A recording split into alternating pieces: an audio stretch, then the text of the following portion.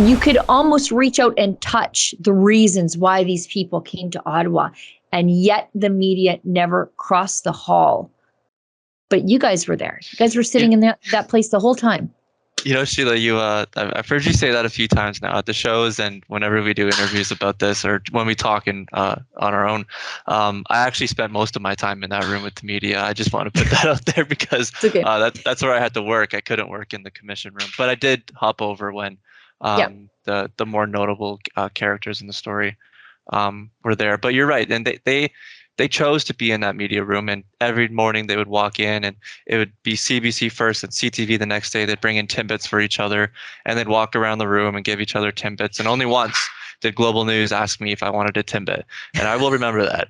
But that's what it was. They're all friends, and they all just they leave all the independent reporters out of it. Like Western Standard never got a Timbit either. And I just kind of use that as an analogy of what this, people share stories and people share like ideas and bounce stuff off each other. And that's all that they were doing in there. And that's just from like a strict reporter angle of it, not necessarily the feelings kind. Because when Tamara Leach was testifying, none of them got up and went in to go see what she had to say. But when the man collapsed on the podium, I've never seen Glenn McGregor run so fast. And I'm like, dude, this isn't like news.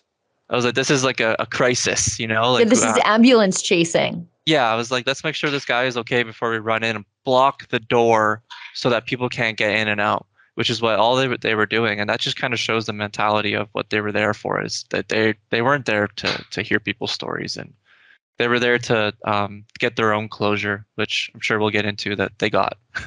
Yeah, let's get into that. So, as I said, we're recording this on Tuesday.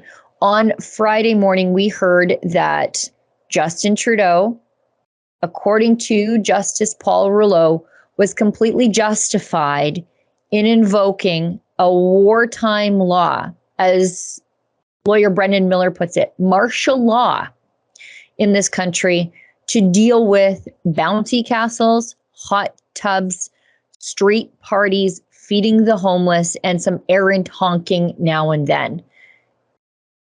And I think you're right when you say that that's exactly what the mainstream media wanted, but I don't think it is the right conclusion.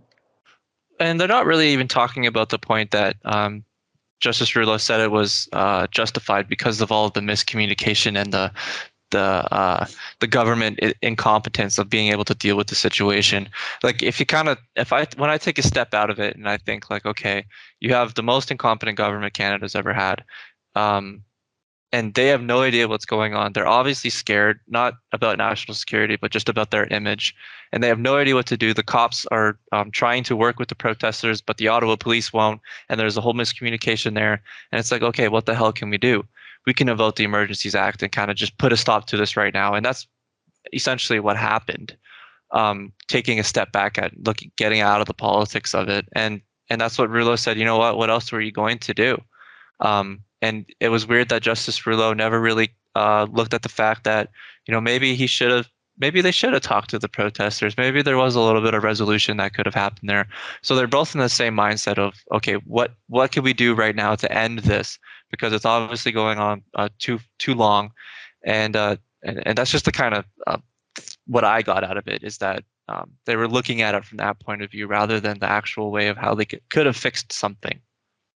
Yeah, it seems as though that the peaceful protesters in Ottawa, who did their best to try to do everything right, were forced to pay for the consequences of the government's incompetence.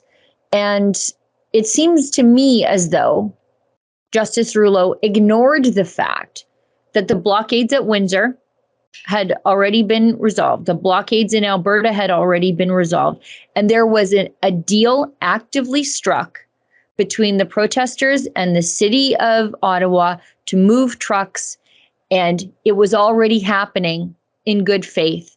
And what stopped the movement of the trucks out of the downtown core was the invocation of the Emergencies Act, because it caused the redeployment of police resources.